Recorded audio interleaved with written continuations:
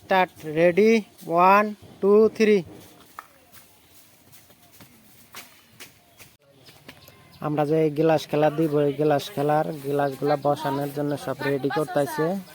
এক লাইনে 14টা করে গ্লাস থাকবো।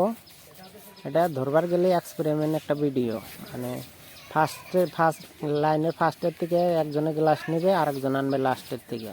আনার পরে যে ফার্স্ট হবে তাকে উইনার ঘোষণা করা হবে। স্টার্ট। রেডি, 1 2 3।